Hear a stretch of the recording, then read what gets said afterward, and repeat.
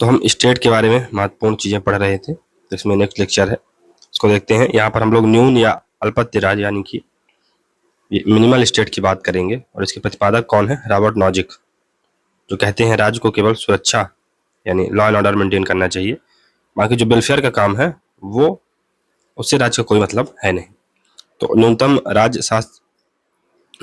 शास्त्रोदारवादियों स्वतंत्रवादियों का आदर्श है। तो ये तो क्लासिकल लिबरल्स थे, क्लासिकल लिबरल्स जॉन लॉक जैसे जो थिंकर थे, और जो स्वतंत्रवादी हैं, हैक है, नॉजिक है, का ये आदर्श है, जिसका उद्देश्य यह सुनिश्चित करना है कि व्यक्ति स्वतंत्रता के व्यापक संभव दायरे का आनंद ले सके। यह दृष्टिकोण सामाजिक अनुबंध सिद्धांत में निहित है। तो सोशल कॉन्ट्रैक्ट थ्योरी से ये निकल कर आया है, हॉब्स लॉक और रूसो से ये सिद्धांत निकल कर आया है। चलिए इसमें और देखते हैं।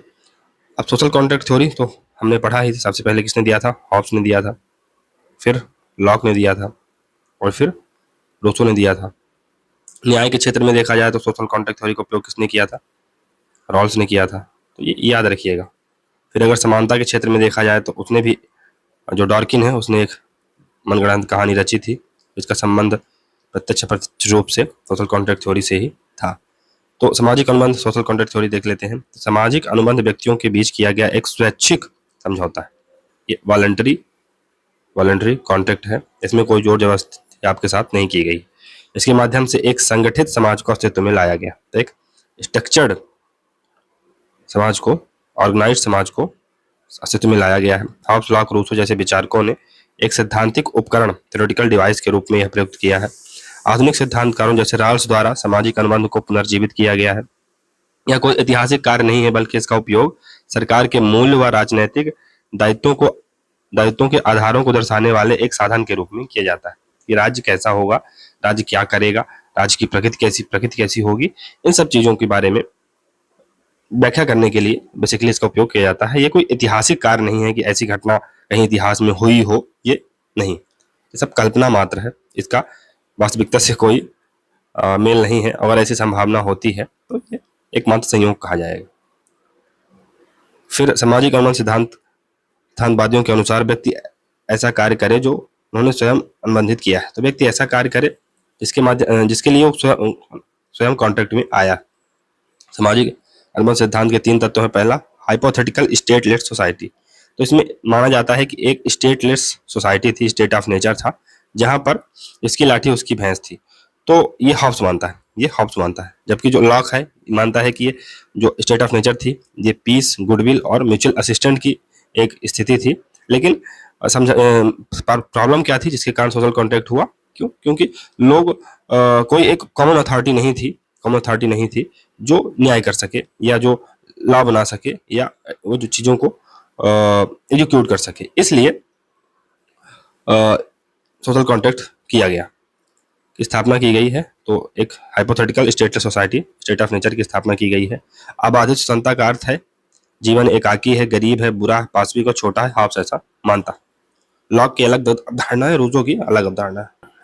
फिर अबाधित स्वतंत्रता, अनकंस्ट्रेंड फ्रीडम, व प्रकृति की स्थिति, स्टेट ऑफ नेचर से बचने के लिए व्यक्ति सामाजिक समझौता करता है, क्योंकि केवल संप्रभु शक्ति ही, एब्सोल्यूट स्टेट ही व्यवस्था और स्थिरता, ऑर्डर एंड स्टेबिलिटी को सुरक्षित रख सकता है। सामाजिक अनुबंध नागरिकों को राज्य का सम्मान व पालन करने के लिए बाध्य करता है। अब आपने कॉन्ट्रैक्ट किया है, इस कॉन्ट्रैक्ट के लिए आप वॉलंटरी आपने सहमति दी है, तो अब आपको उसका सम्मान और उसका पालन करना बाध्य है। स्थिरता और सुरक्षा केवल राजनीतिक शासन प्रणाली ही प्रदान कर सकती है। राज्य केवल एक सुरक्षात्मक निकाय है, एक केवल ये प्रोटेक्टिव इंस्टीट्यूशन है जो लॉ एंड ऑर्डर मेंटेन करे। इसका मुख्य कार्य शांति व सामाजिक व्यवस्था बनाए रखना है, जिसमें नागरिक अपने जीवन का संचालन जैसा वो सोचते हैं, जैसा वो चाहते हैं, वैसा कर सकें। लॉक के अनुसार राज्य एक रात प्रहरी यानी नाइट वॉचमैन के रूप में कार्य करता है, जिसकी सेवा तभी ली जाती है जब व्यवस्थित अस्तित्व को खतरा हो। तो जब कोई थ्रेट हो, सिक्योरिटी का थ्रेट हो, तभी राज्य की सेवा ली जाती है। फिर भी राज्य 3 प्रमुख कार्य करने के लिए न्यूनतम या रात के पहरेदार यानी नाइट वॉचमैन की स्थिति को छोड़ सकता है 3 कार्यों के लिए। कौन कौन सी? पहला है राज्य घरेलू व्यवस्था को बनाए रखने के लिए, internally law and order maintain करने के लिए राज्य जो मिनिमल मिनिमलिस्ट स्टेट है या राज्यभेदी स्टेट है उसके दायित्व को छोड़ सकता है, इन द सेंस कि वो थोड़ा सा और आगे बढ़ सकता है। पहला तो लॉ एंड ऑर्डर मेंटेन करने के लिए इंटरनली राज्य यह सुनिश्चित करता है कि निजी नागरिकों के बीच किए गए अनुबंध व स्वैच्छिक समझौते लागू हों। तो पहला तो लॉ एंड ऑर्डर मेंटेन करना, यानी एग्जीक्यूटिव वाला काम अगर है तो उसमें राज्य मिनिमल नहीं हो सकता है, उसका राज्य काम करेगा ही। फिर एजुकेशन वाला काम भी राज्य करेगा, जुडिशरी वाला भी काम करेगा और बाहरी हमले से सुरक्षा प्रदान करेगा। तो यहाँ पर अब आपको एक्सटर्नली थ्रेट जो है तो उसमें मिलिट्री वगैरह का भी काम राज्य कर सकता है। एक न्यूनतम राज्य का संस्थागत तंत्र एक पुलिस बल, एक अदालती प्रणाली और किसी प्रकार सेना तक सीमित है। तो एक न्यूनतम मिनिमल स्टेट है उसका जो संस्थागत इंस्टीट्यूशनल जो सिस्टम है वो कहाँ तक सीमित है, तो एक आपके पास एक पुलिस सिस्टम होना चाहिए जिससे कि आप internally law and order maintain कर सको। एक अदालती प्रणाली हो कि अगर लोगों ने जो कॉन्ट्रैक्ट किया है अगर उसका पालन नहीं कर रहे हैं तो आप न्याय कर सकें। और तीसरा है एक सेना, अगर बाहर से कोई आक्रमण करता है तो आप उसकी रक्षा कर सकें। ठीक। न्यू राइट्स ने राज्य की सीमाओं को वापस लाने यानी रोलिंग बैक ऑफ स्टेट की आवश्यकता पर बल दिया है। रॉबर्ट नॉजिक के लेखन में यह व्यक्तिगत अधिकारों विशेषकर संपत्ति अधिकारों की रक्षा के आधार पर लॉगियन उदारवाद के कथन में शामिल है। फ्रेडरिक हायक, मिल्टन फ्रीडमैन ने राज्य के हस्तक्षेप को मृत हाथ यानी डेड हैंड के रूप में देखा है जो प्रतिस्पर्धा, दक्षता और उत्पादकता को कम कर। ऐसा राज्य जो कल्याण नहीं सिर्फ सुरक्षा करता है, तो वेलफेयर नहीं करेगा, राज्य केवल और केवल सुरक्षा करेगा, लॉ एंड ऑर्डर मेंटेन करेगा। ऐसे राज्य में आवाज स्वतंत्रता को बढ़ावा दिया जाता है। रॉबर्ट नॉजिक इसका समर्थन करते हैं, वहीं शास्त्रीय उदारवादी व इच्छा स्वतंत्रवादी इस प्रकार के राज्य का समर्थन करते हैं। इनका समर्थन न्यू राइट्स भी करते हैं। तो न्यू राइट्स हमने बार बार देखा है कि जो ये ऐसे मतलब न्यू राइट्स हैं, न्यू राइट्स जो न्यू लिबरल्स हैं उन्हीं को बेसिकली न्यू राइट्स कहा जाता है। न्यू राइट्स मतलब ये आर्थिक क्षेत्र में राज्य के हस्तक्षेप को पूरी तरह से मिनिमल रखना चाहते हैं, लेकिन सामाजिक क्षेत्र में ये उदारवाद अपनाना चाहते हैं। सामाजिक क्षेत्र में ये कंजर्वेटिव है, और राज्य के ये इंटरफेयर को, अगर राज्य कंजर्वेटिव चीजें कर रहा है तो उससे इनको प्रॉब्लम नहीं है। लेकिन आर्थिक क्षेत्र में ये राज्य को मिनिमल करना चाहते हैं कि राज्य कोई हस्तक्षेप नहीं करेगा आर्थिक क्षेत्र में, यानी टैक्स वगैरह जो राज्य लगाता है और वेलफेयर का काम करता है ये राज्य ना करे। सामाजिक क्षेत्र में वो परिवर्तन कर सकता है कोई अगर। तो इसमें अब नरम राज्य, सॉफ्ट स्टेट की बात की जाती है। सॉफ्ट स्टेट ये क्या है, तो इसका कॉन्सेप्ट गुनार मिडाल ने दिया था, जो स्वीडन के प्रसिद्ध समाजशास्त्री व अर्थशास्त्री थे। उन्होंने अपनी पुस्तक एशियन ड्रामा, जो कि 1968 में आती है, एशियन ड्रामा में एशियाई जो देश हैं देशों के लिए इस शब्द का प्रयोग किया था। उन्होंने भारत व इंडोनेशिया आदि का अध्ययन किया। भारत को भी उन्होंने नरम स्टेट, सॉफ्ट स्टेट कहा, जिसका तात्पर्य है कि भ्रष्टाचार के कारण यहाँ कानून नियमों के निर्माण व पालन में ईमानदारी व अनुशासन का अभाव है।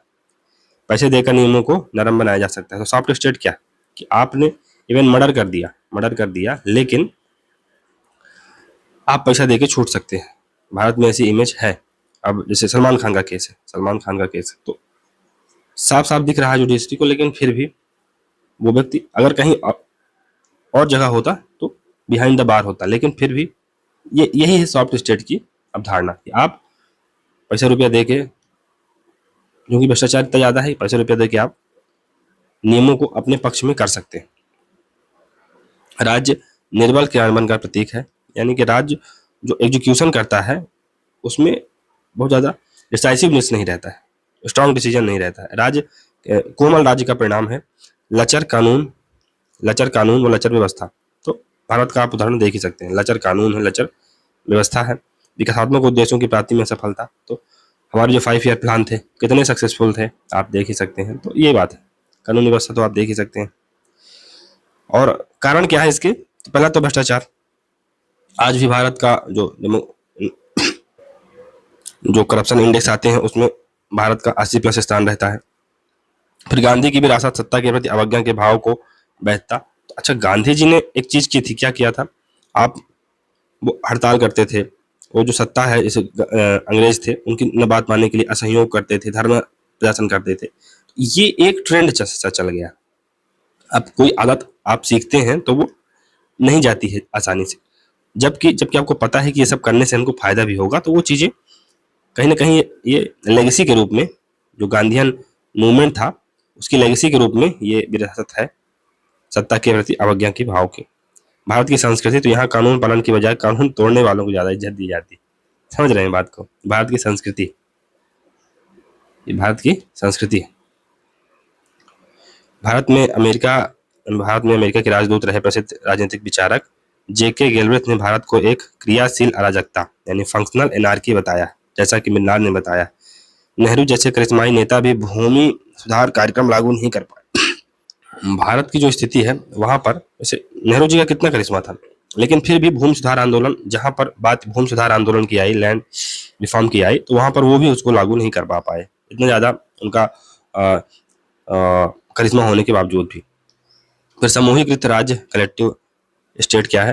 तो विकासात्मक और सामाजिक लोकतांत्रिक राज्य बड़े पैमाने पर निजी अर्थव्यवस्था का समर्थन करके आर्थिक जीवन में हस्तक्षेप करते हैं, जबकि सामूहिक राज्य संपूर्ण आर्थिक जीवन को राज्य के नियंत्रण में लाते हैं। ऐसे राज्यों का सबसे अच्छा उदाहरण रूढ़िवादी साम्यवादी देश जैसे यूएसएसआर और पूरे पूर्वी यूरोपीय देश हैं। यहाँ कमांड इकोनॉमी चलती है कि पूरी चीजें सेंटर से ही गाइड होती है। तो यूएसए में भी, यूएसएसआर में भी हमने देखा था कि 5 ईयर प्लानिंग का जो कॉन्सेप्ट है भारत में यूएसएसआर से ही लिया गया था। तो पूरा सेंटर से पूरी चीजें कमांड थी और वहीं से चीजें नीचे आती थी। मार्क्स और एंजल्स ने के लेखन में स्पष्ट है कि राज्य सामूहिकता का औचित्य निजी संपत्ति पर आम स्वामित्व के लिए एक मौलिक सामाजिक वरीयता से उपजा। सामूहिकता यानी कलेक्टिवाइजेशन क्या है? सामूहिकता आम या सार्वजनिक स्वामित्व की ऐसी व्यवस्था है जिसके पक्ष में निजी संपत्ति का उन्मूलन कर दिया जाता। तो यहाँ पर क्या है, आप कलेक्टिव में सारी चीजें रखिए, निजी संपत्ति नहीं रहेगी, जो रहेगा सबका रहेगा, नहीं तो किसी का नहीं रहेगा। स्टालिन के अनुसार समाजवाद की उत्पत्ति राज्य की बढ़ती जिम्मेदारियों और शक्तियों में प्रदर्शित होती है। दरअसल 1962 में खुश्चेव की घोषणा के बाद ही सर्वहारा वर्ग की तानाशाही समाप्त हो गई थी। राज्य को औपचारिक रूप से संपूर्ण सोवियत लोगों यानी द होल सोवियत पीपल के हितों के लिए पहचाना गया। संपूर्ण आर्थिक गतिविधियों और विकास गतिविधियों पर एकाधिकार रखने वाला राज्य, उदाहरण के लिए यूएसएसआर। यहाँ पर सभी आर्थिक गतिविधियों और सभी भी जो विकासात्मक गतिविधियां थी उस पर एकाधिकार किसका था? राज्य का। मतलब राज्य ही जो करेगा तो करेगा। भारत में भी 1950 से 90 तक की स्थिति यही थी, राज्य ही सारी चीजें कंट्रोल करता था। इसीलिए भारत में लाइसेंस, कोटा, परमिट राज था। भारत की अर्थव्यवस्था बहुत धीमी थी, यही था। भारत की जो राज्य था, भारत सरकार थी, वही रुपये का मूल्य डिसाइड करती थी। फ्री फ्लोटिंग ऑफ रुपया नहीं था। और जो कितना उत्पादन करेगी कंपनियां, क्या करेंगी कंपनियां, ये सब कौन सरकार डिसाइड करती थी। इससे ज्यादा आप उत्पादन नहीं कर सकते, इतनी यूनिट से ज्यादा उत्पादन नहीं कर सकते। तो ये क्या होता है कि आप सारी आर्थिक गतिविधियों और सारी विकासात्मक जो गतिविधियां हैं, एक व्यक्ति को इतना ही राशन दिया जाएगा, ये सब क्या है? आप एक अधिकार कर रहे हैं। तो ये यूएसएसआर में होता था। 1950 से 1990 के दशक में भारत में भी ये हुआ। एफ ए हैक ऐसे राज्यों का वर्णन अपनी पुस्तक रोड टू सर्वडम, दास्ता का मार्ग में करते हैं। सर्वसत्तावादी राज्य, अथॉरिटेरियन स्टेट, तो इसमें तो कुछ बताने की जरूरत है नहीं।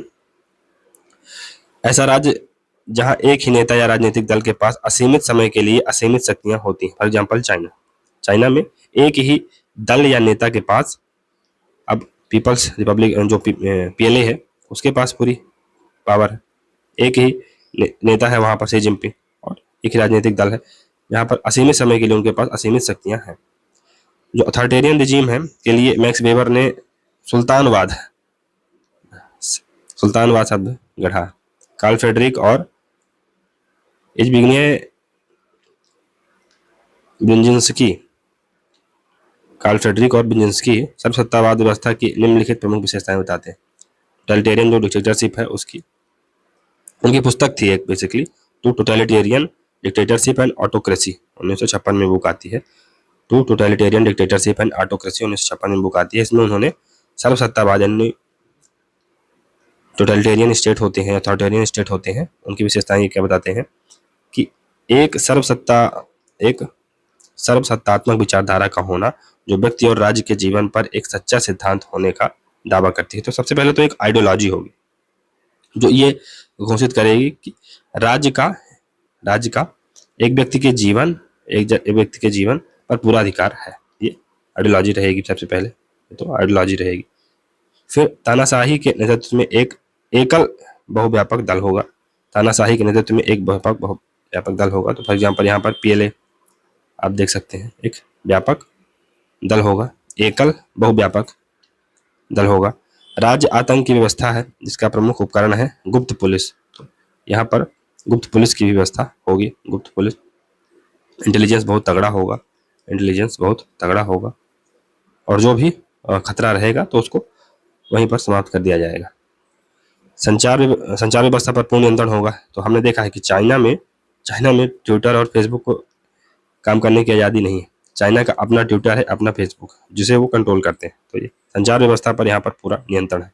संचार व्यवस्था यानी कम्युनिकेशन पर इनका पूरा नियंत्रण है।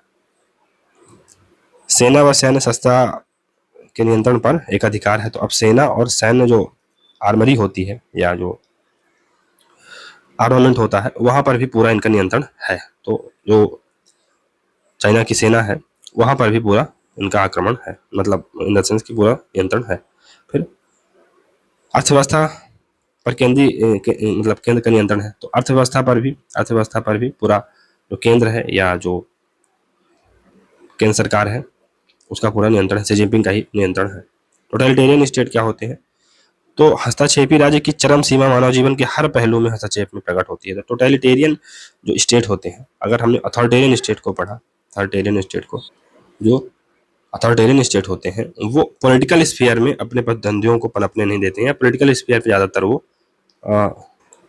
तो जो अथॉरिटेरियन स्टेट होते हैं पॉलिटिकल स्फीयर पे अपने प्रतिद्वंदियों को पनपने नहीं देते हैं और वहीं पर ज़्यादा उनका हस्तक्षेप रहता है।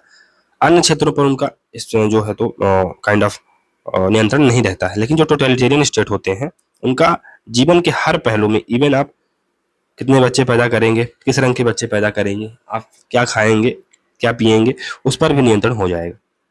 हन्ना अरेंड की प्रसिद्ध पुस्तक है द ओरिजिन्स ऑफ टोटलिटेरियनिज्म, 1958 में आती है, में इसका वर्णन है। हन्ना अरेंड ने हिटलर के नाजीवादी राज्य और स्टालिन के जो समय के सोवियत संघ था उसको सर्वाधिकारवादी राज्य कहते हैं।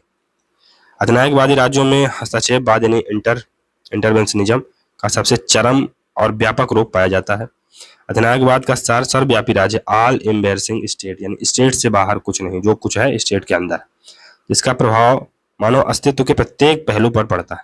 राज्य न केवल अर्थव्यवस्था बल्कि शिक्षा, संस्कृति, धर्म, पारिवारिक जीवन आदि को भी सीधे अपने नियंत्रण में ले लेता। तो अब स्टेट के अंतर्गत शिक्षा भी है कि आप पढ़ेंगे, ये स्टेट डिसाइड करेगा। आप किस रहन सहन, आपकी संस्कृति क्या होगी, ये भी स्टेट डिसाइड करेगा। धर्म, आप कौन से धर्म को मानेंगे, आप यहूदी धर्म को मानेंगे या आप क्रिश्चियनिटी को मानेंगे, ये राज्य डिसाइड करेगा। और पारिवारिक जीवन में आप किससे शादी करेंगे, कितने बच्चे पैदा करेंगे, ये भी राज्य बताएगा आपको। अब कभी कभी यह तर्क दिया जाता है कि मुसोलिनी के अधिनायकवादी राज्य की धारणा हेगल के राज्य में एक नैतिक समुदाय के रूप में विश्वास उत्पन्न हुई थी, जो उसके सदस्यों की परोपकारिता और पारस्परिक सहानुभूति को बनाना है। तानाशाह राज एंड डिक्टेटरशिप स्टेट केवल राजनीतिक जीवन में हस्तक्षेप करता है, जबकि सर्वाधिकारवादी राज्य होता है जीवन के प्रत्येक क्षेत्र में हस्तक्षेप करता है, वही जो हमने बताया था। बुक टोटलिटेरियनिज्म या टोटलिटेरियन एंड अथॉरिटेरियन, ये पुस्तक है। इस पुस्तक के लेखक हैं जुआन जोस लिंच, जिनके पुस्तक के लेखक हैं टोटलिटेरियन एंड अथॉरिटेरियन पुस्तक के लेखक।